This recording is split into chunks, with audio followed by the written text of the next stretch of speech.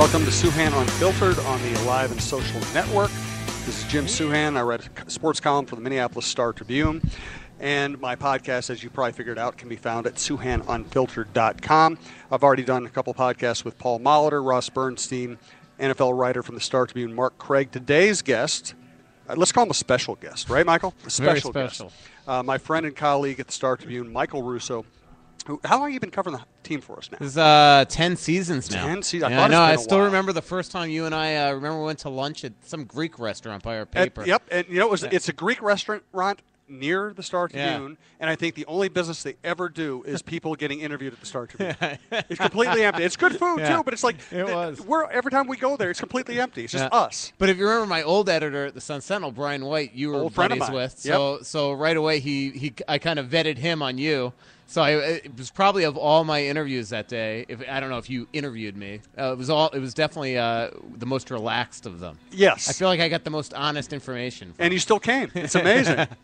Yep. Again, Michael Russo, longtime hockey writer now from the Star-Tribune, does a great job on the beat. And I want to get into how you became a hockey writer, how you became a great hockey writer. Because we all like stories about athletes coming from low stations in life to succeeding.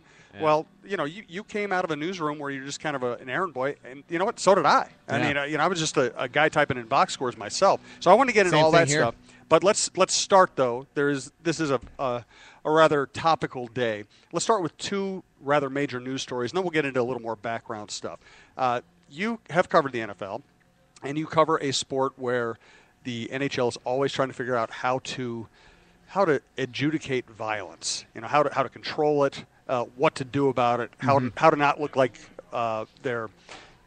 how to not look overbearing and yet still keep the game rolling. So from that perspective, what did you think of the Adrian Peterson case and how the NFL handled it? Well, first of all, it was interesting. The whole Josh Harding thing today with the Wild. Right. I thought there was a very good chance that on the same day that both guys would have never played for their team again, and maybe still Adrian won't play for the Vikings. There's still a chance that Josh does. But the NHL really hasn't had this type of scenario at all with any of its players that I can think of off the top of my head. Whether I think you agree or not that Adrian Peterson should be banned for life, I think you have to look at the NFL as completely botching this. I think they're trying to make amends for the way that they handled the Ray Rice situation. I think that's very clear, and they're almost now taking it out on Adrian. It's just kind of bizarre to me, this whole thing, that it just seems like they're making up the rules as they go along here. And again, at the end of the day, I'm not too sure that he should ever play for the Vikings again. But I also think that at the end of the day here, it's just bizarre the way that this thing has all been handled, and now it'll be interesting to see how the NFLPA handles this whole thing. To your first point first, it is very interesting that the NHL, like the NFL, is such a violent sport. It is designed to be violent. The violence is celebrated. It wouldn't be the same game without some level of violence. And yet, hockey players tend to not do really – and there are exceptions. Every league has them. But there don't seem to be the same number of off-the-ice cases of violence, especially domestic violence or child abuse, that you see in the NFL. Why do you think that is? Yeah, I don't know. I mean, I don't know if it's the culture that these guys grow up. They grow up on Canadian prairies, or it's an affluent sport. I think that's a big thing. I mean, you cannot play hockey unless you've got money. I mean, you've got to rent ice, you got to get equipment. Skates, sticks. You break a stick, and it's $400. I mean, so I don't know if that's where it comes from or what. But it's certainly a different culture, and I could just tell from I've covered, this is my 20th year covering the NHL, and the majority of guys are just good guys. And so, but I will say that when I covered the Dolphins, during the one, brief snippet that I had to deal with them, other than having to, chase Ricky Williams around Tibet, I had no issues with any of those guys. I mean, there were a bunch of great guys to deal with on that team. I mean, I even like Wes Welker, who I know has turned into, a bit of a nut job away from the field, but Zach Thomas, Jason Taylor, it was just a bunch of great guys on that team that you had to deal with on an everyday basis. So I never had to deal with anything like this other than the Ricky Williams stuff. Well, it's interesting you bring that up because I write an opinion column, and because I come down on people hard when I come down on them, I think there's a perception that I hate the Vikings or hate the Vikings player or something. I find 95% of the players to be very good to deal with, very professional, very pleasant. A lot of guys in there I really like. A lot of former players I really like and have stayed in touch with. It just, and I liked Peterson. I did a glowing piece on Adrian, both his personality and his drive and his competitiveness, his willingness to seek excellence all the time. I wrote a glowing piece on Adrian right before this all came down. Then I turned around and hammered him after it because I just couldn't condone this. Now let's get to the and there's also a ton more players in the NFL. So right. I'm not trying to make excuses, but there's 600 players in the NHL. There's probably, if you include practice squad guys, probably 1,800 guys in the NFL, and so just mathematically you're going to have more issues. But I will say, this is why I don't cover the NFL. I mean, this is why I love covering sports. I love covering the games. I don't want to be a cops writer. And it just seems to me that when you are you're an NFL beat writer, you are constantly looking at police blotters and constantly writing about crime, and I'd rather cover the actual games and the practices and the stuff that makes this job fun. It's so true. And you keep on saying things that raise multiple points in my mind, so I'm going to keep going kind of piece by piece here. First thing you mentioned, the number of players. You also mentioned the guys growing up on the Canadian prairie. That's also to the point here. A lot of NFL players come from poor places in the South. And those are the places that are likely to say, yeah, my dad whipped me, so I'm going to whip my son. That ain't going to happen in Edina. It just ain't going to happen in Edina. And the other point you made was, I covered the NFL, and the two sports I covered the most as a beat writer, the NFL and baseball. And baseball's harder. Physically, it's harder. You're always traveling. You're always in a hotel room. You're always on the fly. The workday can be 9 to however many hours because you're at the ballpark all day. It's a grind, and yet it's a kind of a pleasant grind. Yeah. You kind of like being at the ballpark. You like most of the people you're around. The NFL is the opposite. You have these tight windows of access, and the rest of the time you're trying to get agents and league officials and team officials on the phone. It is like a cops beat most of the time. And it's just become bigger than anything that I would ever want. Like I just like the fact that when you cover the NHL, I control the beat. Then almost every single thing that happens on the Wild Beat is basically originated with what we write. It's I'm never when Josh Harding's put on waivers, I'm not searching what somebody else reported exactly to do that, and that's my problem. And this is no slight on anybody that is a beat writer in the NFL, but it is impossible with what is handed to the rights holders in the NFL to cover that sport and not wake up on a daily basis and just react to what Jay Glazer or Adam Schechter or Chris Mortensen writes, where that just doesn't occur in the NHL. I mean, it just doesn't, and that's what I like. I think it would be a horrible existence as a beat writer to every day have to look on Twitter and just react to whatever somebody else is saying about my beat. I think it would absolutely suck, and that's what I just to me I love the fact that just on a daily basis I just can crank out the articles and kind of control what I want to write, and I'm kind of left on my own little island. And there aren't probably a lot of sports writers that aspire to be hockey writers, but I have since day one, and it's the reason why I'm in Minnesota. If I wanted to stay in South Florida, I'd be covering the Marlins or the Dolphins or the Heat right now. Right. Probably not the Heat because the Sun Sentinel has probably the best basketball one of the best basketball writers in the country. But I was better. Brian there. It was very clear after the 2004-05 lockout that if I was staying in South Florida, it was not going to be to cover Florida anymore, Panthers anymore. And so that's why this job was the perfect job. Right. And anybody wants to hear more on that subject you brought up, what it's like to cover the NFL, and why the rights holders, which is ESPN, Fox, CBS, whatever, and NFL Network, end up breaking all the stories. Mark Craig and I did a long discussion on that on a previous podcast. You can find it, I think it's listed under the Jarius Wright. We ended up not getting Jarius Wright, but Mark and I talked about that at length, so I recommend that. Let's get to the Josh Harding news. Mm-hmm. What do you make of this? Well, it's interesting because, actually, I'll just tell you, I was just talking to Ilya Bryzgalov's agent on the way here, and that's why I was kind of a little late walking in here, and I was shocked to find out that behind the scenes here, Chuck Fletcher didn't have some sort of handshake agreement with Bryz if Harding got picked up. So, because I had always thought that it's been a headache for the Wild the last couple of years having Josh here, and I feel terrible saying that because look, he has MS and it's awful. This is a life disease that he's going to have to deal with forever.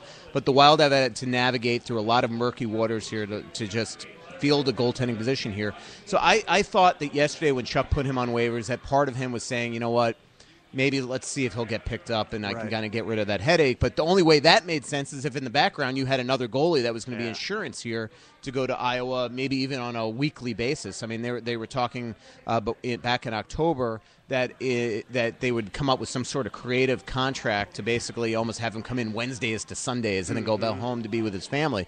But I just talked to the agent, and there was been no conversation. So really, I think that what Chuck Fletcher said today in the paper is 100% true. I think he thought that nobody was going to pick him up and just figured that, hey, this guy hasn't played hockey in 11 months. And there's just no way that I could put him down there on a 2-week conditioning stint. Remember, 2 weeks in the AHL is like 3 games, right? I mean, they don't play like as many games as the NHL here. So a 2-week conditioning stint is not like just a grind that is going to get him game ready to come back to the NHL. And then regardless, at the end of the day, the Wild would have to have 3 goalies on a 23-man roster, which Chuck Fletcher is not willing to do. So I think that he just said, heck with it. We're going to risk putting him on waivers. If somebody takes him, they take him. But I think I'm going to take the gamble that he's going to get through, and now there's no time constraint down there. Keep him there as long as you want, get his game ready, and then at this point, when we need him, we'll bring him up here, and that's if Kemper or Backstrom gets hurt or if there's bad performance and they have no other choice but to bring him up. But they are, without a doubt, in my opinion, a lot deeper today that he is still with the organization than they would be without him. I mean, I cannot even imagine that if he was claimed today that they were just going to go with Johan Gustafsson and John Curry. I mean, that's absurd to me. So I think they're lucky that he's still in the organization. If we can put his disease aside and just look at him purely as a guy and a hockey player, what do you think the Wild would tell you about him if they were shot through with serum? I don't know if I'm comfortable saying that. I just think that there have been some headaches along the way here, and they were very upset with the broken foot. I can tell you. I mean, they were livid, and they outspokenly were livid. I mean, Chuck Fletcher and Mike Yeo voiced their frustration when he broke his foot. But when he is healthy, he's a very, very good goalie, and maybe the best goalie in the organization still. So I still think the way Jim. I mean, we've seen it for the entire tenure of Chuck Fletcher. There have been goaltending issues. There's still a great chance that at the end of this season, at some point, Josh Harding's going to be the guy again. It's just kind of the way things go. I mean, nothing would surprise me at this point. It still wouldn't surprise me if Brizgalov winds up starting in the playoffs. I mean, the way this team goes through goalies. So far, so good, though. Both Backstrom and Kemper have been healthy. But now they have a heck of an insurance policy if all of a sudden, if they fall flat and you got Harding still in the organization. You mentioned Chuck Fletcher, the Wild GM. He's been incredibly aggressive in trying to rebuild this franchise, get it up to speed where it can compete. And yet, as you mentioned, the one thing he hasn't really been able to do is land a pure number one, this is our go-to guy in the playoffs kind of goaltender. Is that because he values that position less? I mean, well, he can't value it less. Is it because he thinks that goaltenders are so fluky, you just have to get lucky on timing anyway? Yeah. I think that he's had, if you look at his situations, they've had some, he's run into trouble. I mean, first of all, he inherited the long-term contract of Backstrom, and then he got hurt, so you couldn't buy him out. Then all of a sudden he's healthy and you re-sign him. Then you bring back Harding to be the future, either the future or even to trade him because you signed him to a really quality deal, and 3 months later he's diagnosed with MS. Then all of a sudden the new contract for Backstrom came, and that was a bizarre one. But I think that after trying to trade for guys like Victor Fast and Jonathan Bernier, and having those not work out, investigating, trying to get Marc-Andre Fleury in a trade, he still hasn't been traded, investigating whether Mike Smith would even go to free agency, and found out he wouldn't. I just think at the end of the day, and I hate you keep on using that cliche, but I think at the end there, right before free agency, I think he just got worried that he was going to be caught with his pants down, so then he re-signed an aged, injury-prone goalie that has had a ton of surgeries in the last couple of years. And what happens is he gets hurt. So it's not a shock. And then you couldn't buy him out again this summer. So it's just, so there is going to come – that is what I will say what So flexibility-wise, there just hasn't been that ability to go out yet and go get that guy. It is also very hard in this NHL to go out and sign a upper echelon number one goalie. You're going to overpay for guys like Ryan Miller and get bad contracts like Roberto Luongo. So the most important thing that Chuck Fletcher is going to have to do in the next 2 years here is you got some real shrewd negotiating by the Wild. Darcy Kemper on $1 million this year and $1.5 next year. This is the 2 years that you have to decide: is Darcy Kemper the guy? Does he have? We all know he's got the physical being. Mentally, is he going to? Are there going to be the unravelings that we have seen at times, like we saw in New York, like we saw a couple times in the playoffs last year, down the stretch when things were starting to get tough? He had some bad games. Is he going to get out of that habit? And if you deep down don't think in the next couple years that he is the guy, they're going to have to figure out a way to go out and drafting is really not the answer because it takes so long for goalies to become the number one. So you're going to have to figure out a way to either trade for that guy or sign that guy. And again, I mean, just look at, you can go right now and look at the unrestricted free agents on the open market next summer. They're just awful. There's nobody. So most likely, eventually down the road, it's going to have to come in the trade route. And actually, the Wild have so many young prospects that might not be the hardest thing to do. Is that not all these kids that are in both juniors and in colleges and in the AHL can play for the team. Not when you have so many guys on long-term deals like Parisi and Suter and Koivu even still and Pominville. So eventually, you're going to probably have to use a lot of these guys as trade bait, and maybe it'll have to be for a goalie. Right. This is Jim Souhan on Souhan Unfiltered. You can find it at SOUHAN-UNFILTERED.com. My guest is Star Tribune hockey writer Michael Russo, a friend of mine for the last 10 years ever since he got to town. I want to get to more Wild stuff in a minute, but I am interested in your personal story as well. When you didn't grow up in Canada, why did you become such a hockey nut? I grew up in New York, Long Island, moved to Florida. Islanders guy then? Yeah, I was an Islander guy. I moved when I was 12, so I grew up, in 1980, 81, 82, 83. I was still very young. I was 6, 7, 8, or 9, but I clear as day remember those cups. I clear as day remember my dad bringing me to games. And I clear as day, this is bizarre, remember being a Newsday paperboy at 11 and 12 years old and reading the back pages of Newsday after when I get home from school and the newspapers would be sitting on my driveway. I'd put them in a shopping cart, put on my big Walkman.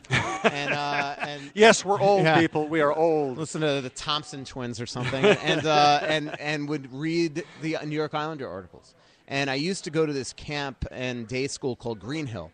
And it was in Woodbury, New York, and it backed right into a community that I quickly realized all the New York Islanders lived in. So we used to, at lunch, 3 or 4 of my little friends and I probably had to be 7, 8, 9 years, we'd sneak through this backwoods into this community, and we'd watch guys like Denny Potvin and Mike Bossy and Brian Trottier and all these guys come home and get autographs. And every day, they'd expect us. We'd be, like, rummaging through their trash.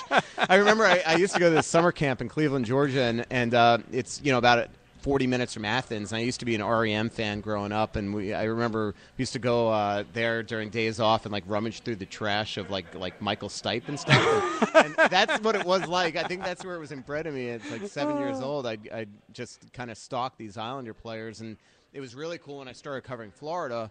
Dwayne Sutter was the assistant coach. He was my favorite player growing up. Danny Potvin was their color analyst, Hall of Famer. Billy Smith was their goalie coach, and Bill Torrey was the president. So and here I am at 21 years old covering the Panthers. But so when I moved to Florida, I was 12, and that was still inbred in me. And then at 16 years old, I started announcing all the PA at my high school, basketball, baseball, football. So I befriended all the local preps writers. One guy's Dave O'Brien, the longtime baseball writer at the Lancet-Constitution. So Dave and I became pals. As pals as you can get when I'm 16 and however old he was. And he loved the fact that while I'd announce games, I'd keep all the stats. And, the hardest thing when you cover prep sports is you got to keep your own stats. Yes, I remember. So he loved that he can come to Spanish River, which was the biggest high school in Palm Beach County, and we were always good. And he could come there and actually watch the games like a real sports writer, and then afterwards I'd flood him with the stats. So he loved this. So as you mentioned how you started, he came to me and said, hey, I could get you into the Sun Sentinel where on Sundays you can answer calls from the local coaches, do all the top performers and all the stats. And, that was back when you had all the space in the paper and you'd have this huge Sunday broadsheet of, I remember that too. Stats. So I basically did that, and then slowly but surely I started writing. And then what happened is then before the Panthers came, there was this Sunshine Hockey League. There was a 4-team league called the Sunshine Hockey League. They had the West Palm Beach Blaze, the Lakeland Ice Wars, the Daytona Beach something or others, and the Jacksonville Bullets. 4 teams, but they played like a 65-game schedule. Lord. So there must have been a lot of hate in that they league. Hated each other. And then the commissioner of the league was Bill Nyrup, who is just coincidentally he's the late Bill Nyrup. He died at 43 years old. Here, actually, his anniversary of his death coming up. Died of pancreatic cancer. And just coincidentally from Medina, and his dad used to be actually the CEO of Northwest Airlines.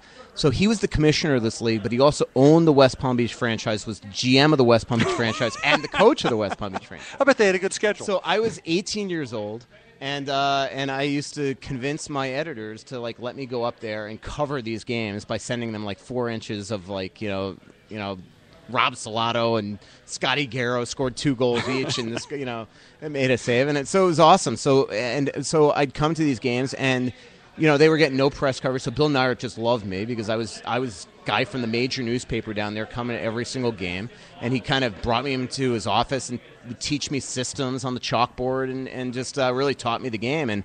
And so then the Panthers came.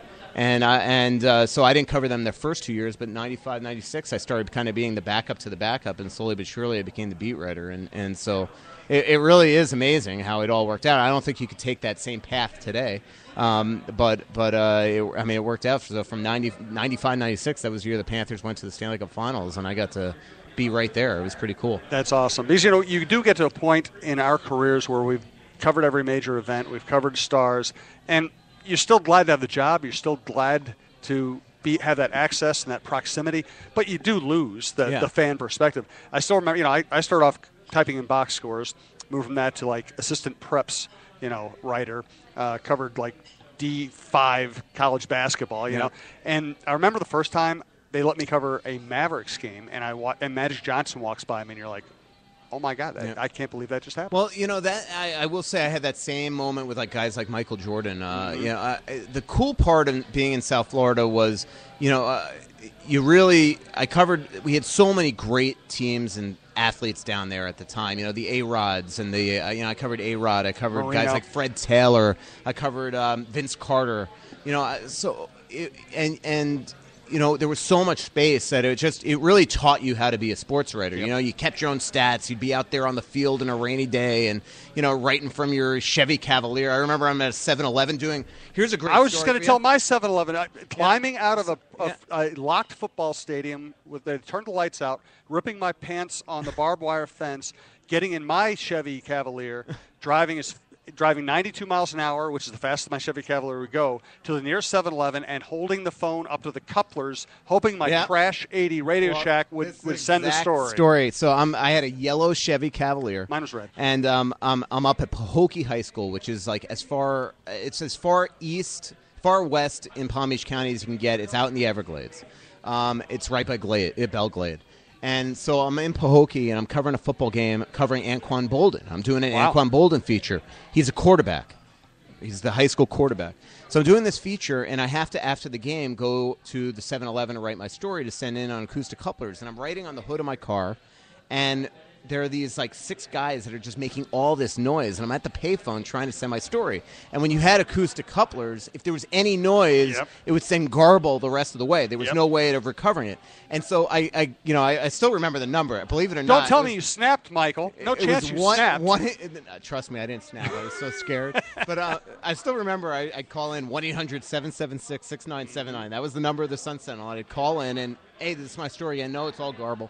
So I had to go up to these 6 guys and they're like, excuse me, sirs. I'm like, I'm trying to send my story. And they're looking at me like they're going to beat the crap out of me. And then I go to them, I'm doing a feature on Anquan Bolden and tomorrow's Sun Sentinel. And they just all shut up and they're like, oh, yeah, we'll let you send the story. That's awesome. That was all I had to do was tell them that I was sending a story on Anquan Bolden. The only thing I wish is that you had ended that story by saying that you pulled your modest newspaper man's shirt apart and there was a big S there. Yeah. But, we've never graduated from the modest newspaper manager, the Superman. Another story that popped in my head here is that Travis Henry I covered.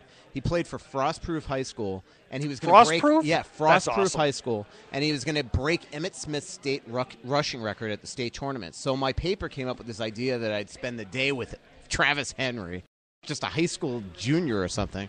So I go to Frostproof, which is like the worst town in the world, and it's just me and Travis Henry. He's like, hey, I had to be like, I don't even remember how old I was, but it's like me and this guy roaming around Frostproof all day, and I'm just writing down stupid little anecdotes and wrote this feature about him about to break Emmett Smith's rushing record. It was really weird. I've done so many stories like that, and when you're young and you have a willing athlete, it's like the greatest thing ever. You just it was awesome. I mean, we had guys like Danny Cannell down there. Tommy John was the coach of Westminster Academy.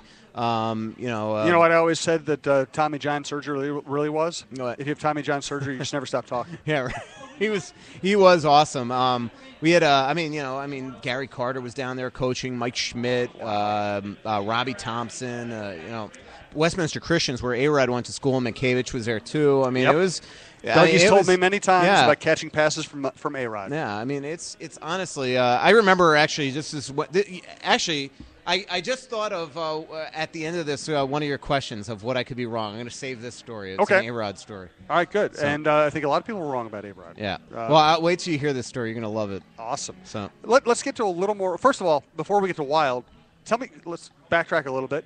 Chasing Ricky Williams around Tibet. What was that about? Yeah, no, I mean, basically, this one could be bad, but so 2004-5, 2004, 2004-5. I don't want to bash another writer, so I'll just whatever. You're making So it 2004-5 is the NHL lockout, so they had me help Alex Marvez with the Dolphins, and every day we were getting annihilated by Dan Le Batard on the Ricky Williams stuff because he was buddies with Ricky. Yes. And so it's the only time in my career where every single morning I woke up and tried to find out what the other newspaper reported, so then I could follow that up, and then next day I have to follow that up, and Alex just wanted nothing to do with it. He wanted to cover the team, so I basically became the Ricky Williams beat writer. Just every single day I had he was smoke a lot of pot to get in the mood? he was roaming around wherever the hell he was, whether it was Tibet or India or whatever, and just was away from the Dolphins that entire year, and so that was an interesting year. It was very educational that year on the NFL. I mean, that was you never see it in the NFL where coaches are fired mid-season. Right. Dave Wannstedt was, and Jim Bates took over. So the best part of that year is I got to cover a little bit of everything. And, growing up covering high schools, it was cool because I wasn't full-time at the Sun-Sentinel. I got a job freelancing and running quotes for Associated Press. So I got to be around the Heat and the Marlins and the Dolphins and all that. So it was just to me it was just awesome because that's how you're around. Here I am basically 18, 19 years old roaming around professional locker rooms really just watching the way everything's done right. And I remember covering a Marlins series and watching the Phillies writer literally incite Mark Leiter into a meltdown where he threw a dumbbell across the locker room. And right away I'm like, I'm never going to act like that. I'm never going to work in the Philadelphia market. Stuff like that. And so it was just cool, but that one bothered me because I never felt like I was a football writer. I was going there, and the best features I did that year was when I remember that year the Dolphins were playing the Cleveland Browns, so the Akron Daily whatever called me and said, hey, can you do a Jason Taylor feature? And that was so it's like I was doing features on the football team for the visiting team, because I was basically kind of the Ricky Williams beat writer and the guy when second string lineman tore his ACL, I was writing that stuff. Did Le Batard end up being right about stuff, or was he just taking Ricky's version of everything and spouting it? I don't remember that. I just remember having it always every day. I think who was his agent? It was a huge agent, not Drew Rosenhaus, but the other big one.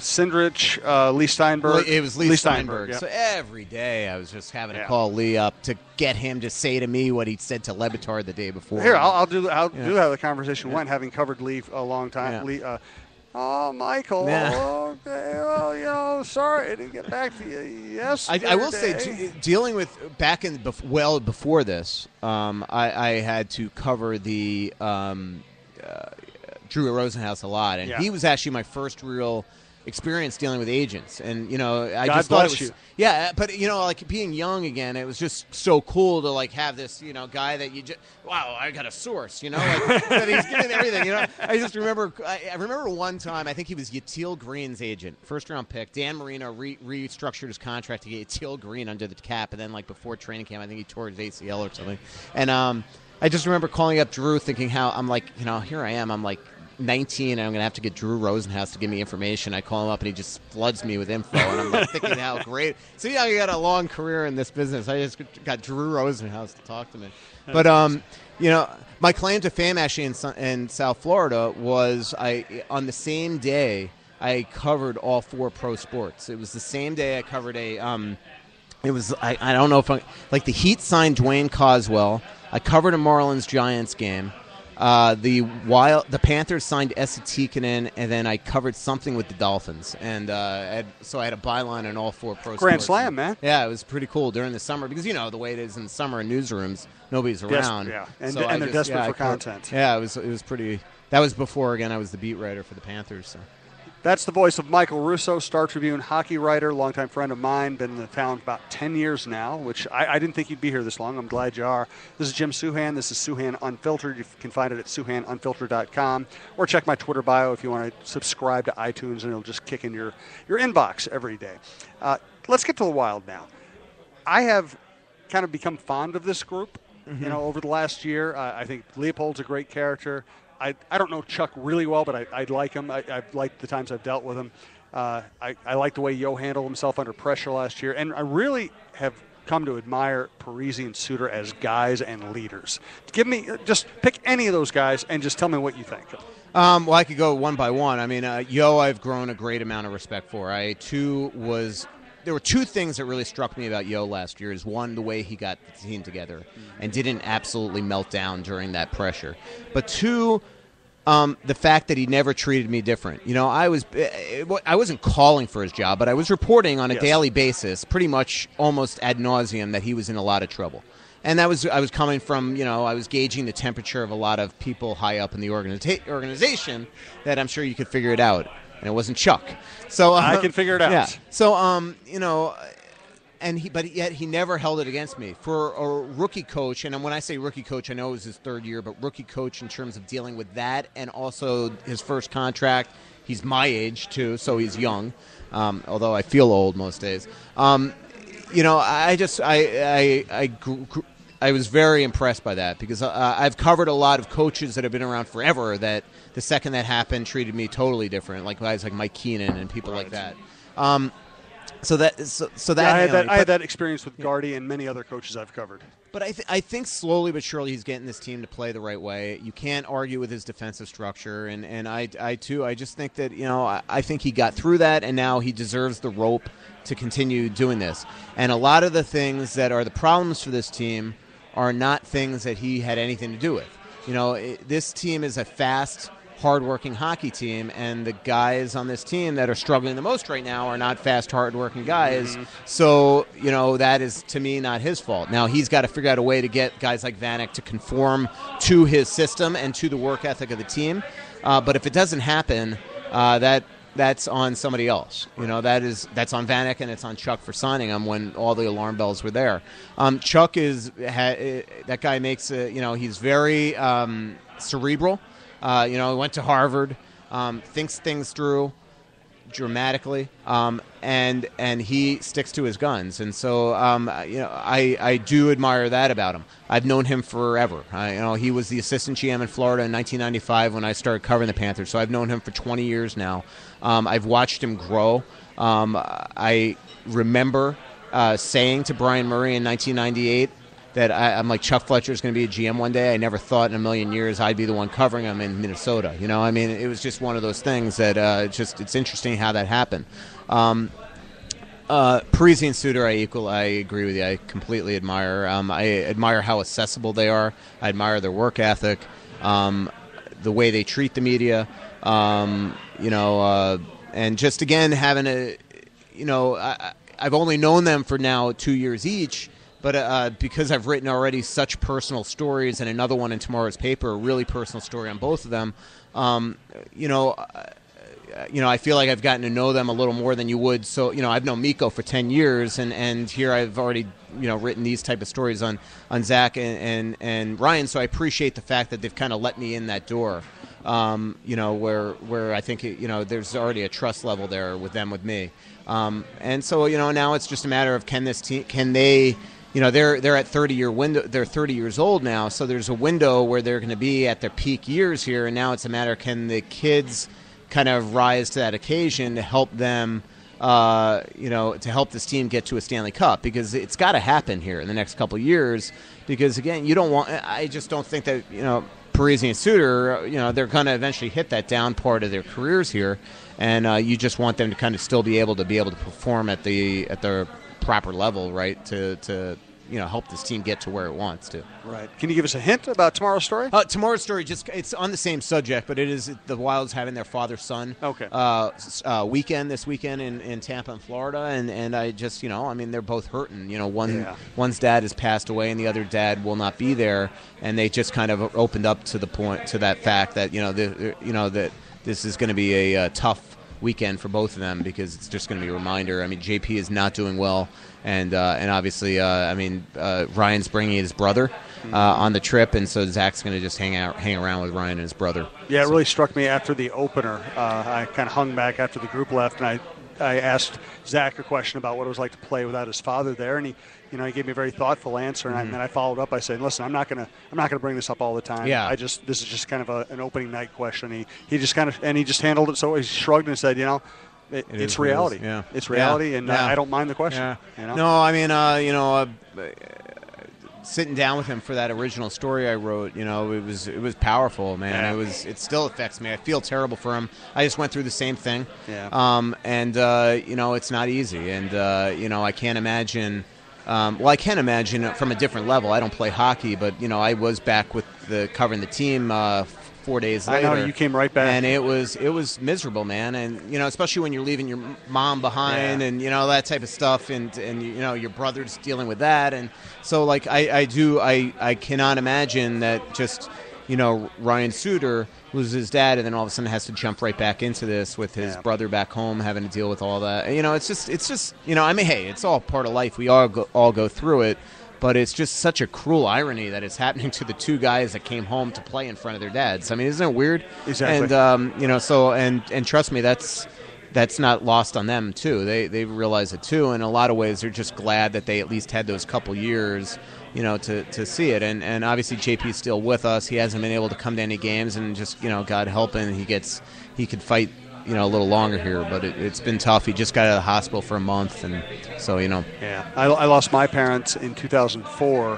when I was doing kind of a weird feature writing, a little bit of Major League Baseball, a lot of NFL kind of job, and I remember wanting to go back to work. I remember just, you get through the funerals, you get through all the after arrangements, and it's tough when you lose both your parents. You're dealing with everything at once, and I just remember it being a blessing that I could go back to work and concentrate on something else for a while. Yeah, no, that's how I felt too, and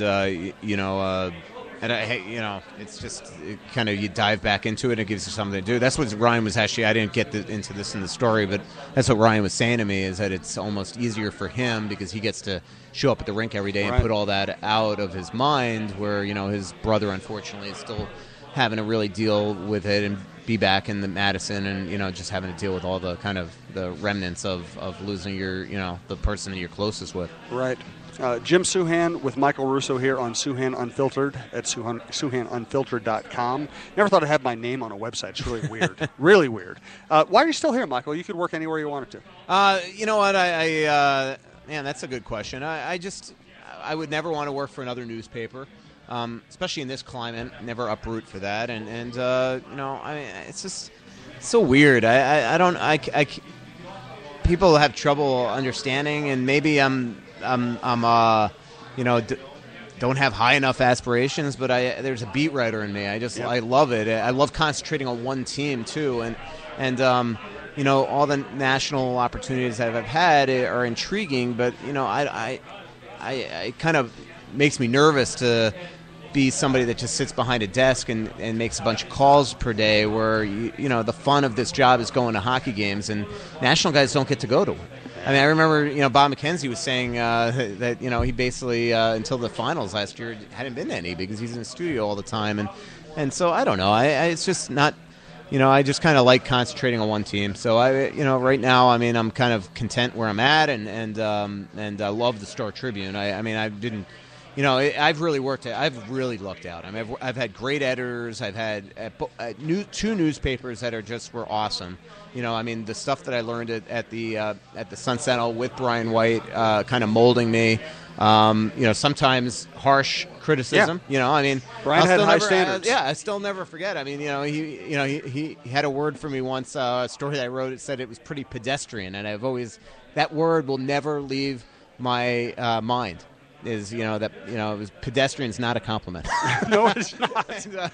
Well, there are some people who might take it as a compliment, but not if you have aspirations. And I love the guy, but Ira Winderman, our Heat writer, I was once doing a story about Mitch Richmond maybe one day coming back home and playing for the Heat, and so I did this sidebar when Sacramento was in town once, and so I wrote this sidebar, probably 15 inches, and I'm leaving the press room, and he had never commented on how the story was, and I'm walking out of the press room, I'm like, hey, by the way, and he's on deadline, so he's already a little uptight, and I said, hey, how was that Mitch Richmond story? And he goes, oh, it was adequate. I'm like, there's another word that, honestly, I had to drive from Miami Rita back to Boca, and I'm just, the whole way, I just was sick to my stomach. Yeah, I'd rather take a knife to the guts than have somebody say just say it was awful. Don't say adequate. God.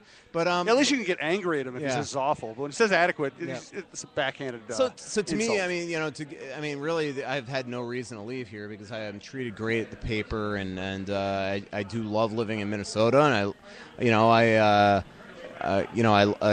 don't know. I just I'm happy where I'm at right now. Who knows? I'm glad. Hey, you never, as I always say, you never know what tomorrow brings. But right now, there's nothing. A lot of people have been joking that I'd go to Vegas when the NHL expands there. Trust me, I don't think I could handle covering another expansion team. I certainly couldn't handle living in Vegas. I'd be at the craps table during a trade and not leave. It's so funny because hey, I came here 24 and a half years ago thinking that this was going to be a stepping stone to another job. And I think I've sent out one resume in the last 24 and a half years. I like it here. Yeah. Let's get to set pieces, and we'll wrap things up with maybe a little more hockey talk. Set pieces, some built-in questions and topics I throw at my guests. First one, Michael, I will start you off. I was wrong. How would you finish the sentence? I was wrong about. I'm sure there's many other better examples, but the one that just popped in my head was A-Rod. I remember I was covering this sectional game, I think it was, sectionals or regionals of Westminster Christian versus Benjamin High School. The Benjamin School it was called. And I go up there, and my roommate at the time, who's my best friend, he works for the Nashville Predators now, he kept on telling me, you got to tell me how this A-Rod is. He was even A-Rod back there, this A-Rod. So A-Rod goes like 0 for 4 with 2 errors. And I immediately went back to my place, and I said to my friend Marty, I'm like, this guy is a bust, man. He is terrible, just awful. So, and then the next night, I think he went 3 for 4 with 3 homers. So I don't know if he got on the juice the next day or what. Well, I was going to say, you might not have been wrong. Yeah. He might have started sticking a needle in his butt, and that might have directly affected Here's his another performance. great story of when I was wrong. So I'm covering the you're not on a time constraint here, are you? We got about 8 minutes. Okay. So I'm covering the Marlins. They're playing in Washington. I was really wrong on this one. So I come in. I'm standing. You know how in a baseball locker room, we're in the visiting clubhouse. It's at RFK when the Nationals are there, and I'm leaning against this island in the middle, which is the islands in the middle of a baseball clubhouse, filled with candy and chips. And it's just disgusting. Yep. And so I'm leaning against the island, and all of a sudden Miguel Cabrera walks into the room, and he's got this bag of McDonald's that is honestly filled to the brim. I mean, that's how he built the body he has today. So I'm like, oh, that's pretty cool. He bought Big Macs for all his teammates. And then he proceeded to sit down at his locker and eat all. So he's eating them. So he's on the second one, and suddenly it dawns on me that he's going to eat all these. We're 2 hours to game time, and he's going to eat all these Big Macs. And I'm staring at him, and my mouth is almost wide open. And then he gets up, and he starts walking toward me. and I am now like in panic mode that I'm about to get into a run-in in the locker room with freaking Miggy Cabrera. And he walks right by me, grabs a Kit Kat bar from the island, and goes down and washes down the Big Macs with a huge Kit Kat bar. That is a professional athlete. And then he went, right, I'm not kidding you, he hit 2 homers that night with like 5 ribbies. That's Miguel, man. It's all in the hands. It ain't in the gut. You reminded me of one time I was very wrong about baseball, and it was from another Latin American player. I remember when the Tigers first recruited Pudge Rodriguez as a free agent when they were just terrible. I said, not going to make any difference. You're not going to attract free agents to Detroit. If you do, they're not going to want to stay there. You're not going to be able to win under the circumstances. It's going to have to be all farm system. And I was half right, half wrong. They have been able to get good players there and keep them there. They've been able to sign people to long-term deals. They have turned into at least a divisional juggernaut. And that Pudge signing actually opened the gate. So I was wrong about that. Next topic. Favorite song? Favorite song? Wow. Like right now? It can be anything comes to mind. It don't have to be it don't have to be the number one of all time. Just favorite song that pops in your head. I have so many. I'll give you mine first while you think about it. Yeah. You mentioned going through Michael Stipe's Trash. Yeah. In honor of you going through Michael Stipe's Trash, I will say Don't Go Back to Rockville by REM, which is a really early kind of country song. Yeah. And it's a song that my band is now doing. Yeah. Wow, that's awesome. It's a cool song. You know what's bizarre is that I have, for some reason, in my recently played on my iPod, Me and Honey by REM's on there, and I don't know why that song's just been entrenched in my head. I'm a Counting Crows fanatic. We're doing Rain King also, by the way. I'd probably, Anna Begins is probably my favorite Counting Crows song, I'd say. But, I probably have many others. I'm a huge, probably a lot of bands that people down here will think corny. Like, I'm a huge Shins fan, Guster fan. I've gotten to know Matt Hires, so I've started to become a friend, a fan of his. So that's good. Yeah. All right, next one. Broadcast news. Pick a TV show or a movie you like or have liked or want to mention. Probably Curb Your Enthusiasm is my favorite show. I really don't watch. Arrested Development also. I don't watch any TV anymore. I honestly feel like I have no time in my life. When I am home, there is never a time. You're going to think NHL Network. There is never a time that like CNN's not on the background. Wow. I'm probably a CNN junkie. I didn't know that. I am.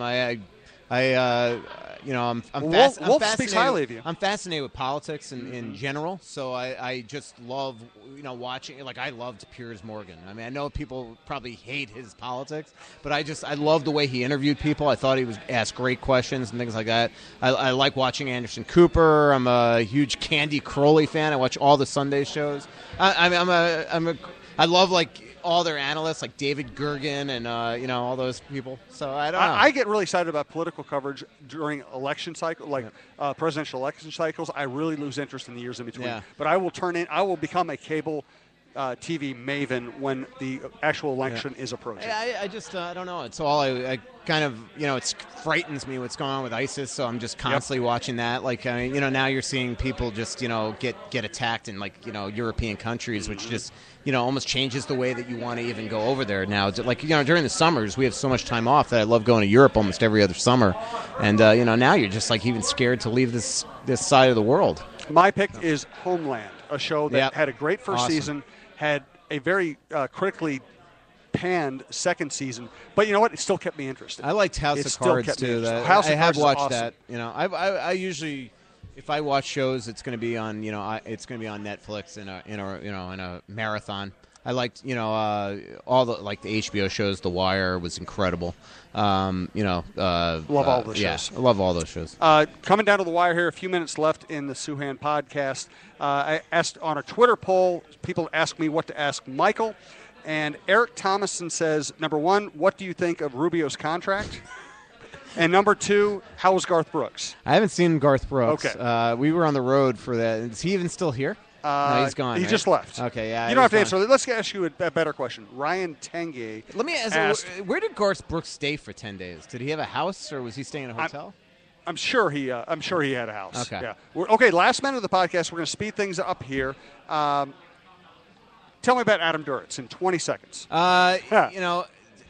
Unique, eccentric. You're buddies, and I'm only asking you that. I wouldn't say I'm buddies, but unique, eccentric, can change moods, incredibly talented. Very, very funny, a huge sports fan, I'm really close with one of his friends. That's how, I'd say I'm acquaintances with Adam. So, I have a lot of respect for him. I've been a fan of his in, my entire, probably from 92 on, Last question, and make it brief if you would. Your favorite internet taunt aimed at you?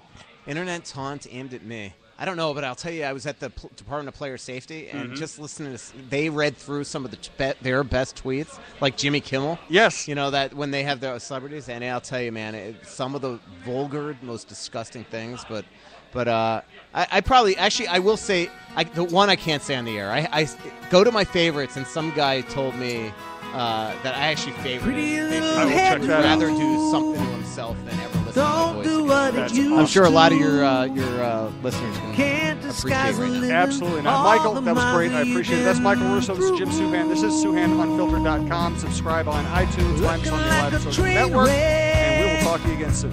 Wearing too much makeup.